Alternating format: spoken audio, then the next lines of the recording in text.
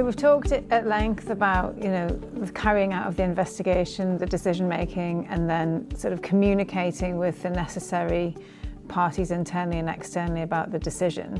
But what else should organisations be thinking about post that investigation for best practice? Neil, do you want to talk about that? Yeah, I think the investigation process doesn't just end with the fact-finding. In some cases, there won't be any major lessons learned, but as a part of the investigation process should include a point where you are thinking, well, what are those lessons learned, and what are those improvements that we need to be thinking about for our processes in particular cases? What was the cause of this incident happening if it's been substantiated? What's that root cause analysis look like? What were the things that we as an organisation could have spotted earlier? And how do we go about making sure we do spot them earlier next time around? So those missed opportunities that might have occurred in this case to have detected something and prevented it happening. Those are the kind of hallmarks that a regulator, law enforcement agency will look for at the end of an investigation. Another way of looking at it in certain types of case is, well, what compliance program improvements overall come out of this case, come out of this investigation? And so it's almost the whole life cycle of the investigation includes enhancements to compliance, and which takes us back to where we started, which was an effective compliance program having a really good speak up mechanism.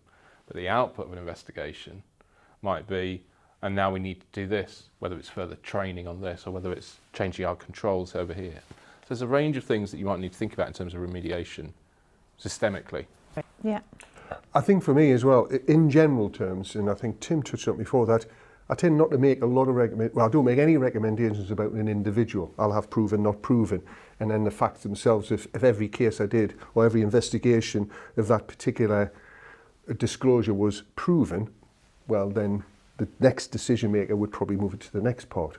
In general though, in whistleblowing cases, I tend to make sort of overarching recommendations, and Neil touched on whether it be training or not.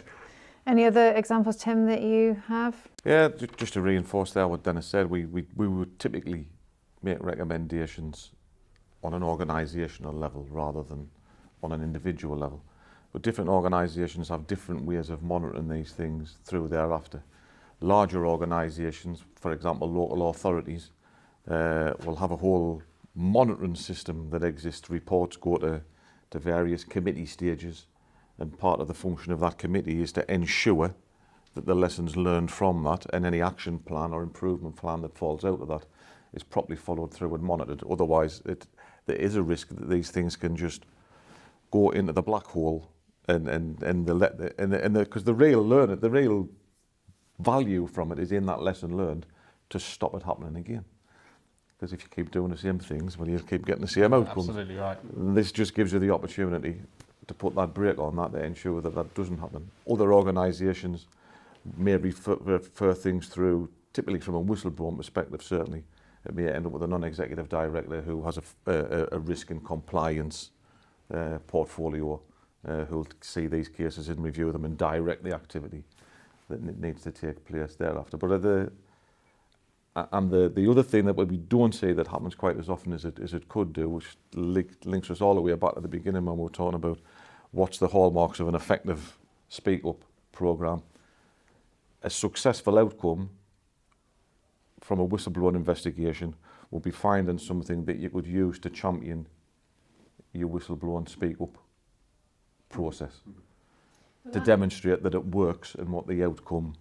And that's a really, that leads me on to another question I was going to ask actually, because we talked a lot about kind of building trust and transparency into the organisation and I suppose improving that kind of culture. What's the best way for an organisation to kind of deal with that and to make sure that they are able to create a transparent culture, obviously within the parameters of what's the right thing to do and what they can share? Well, typically, so organisations will publish not the details and the nuts and bolts of investigations, but certainly as you know, if you're in the local authority arena, then these things are very well documented, because that is that link back to say, look, you've been heard. That's the whole purpose of having a whistleblowing hotline speak up process, is to give people a voice that they may otherwise not have.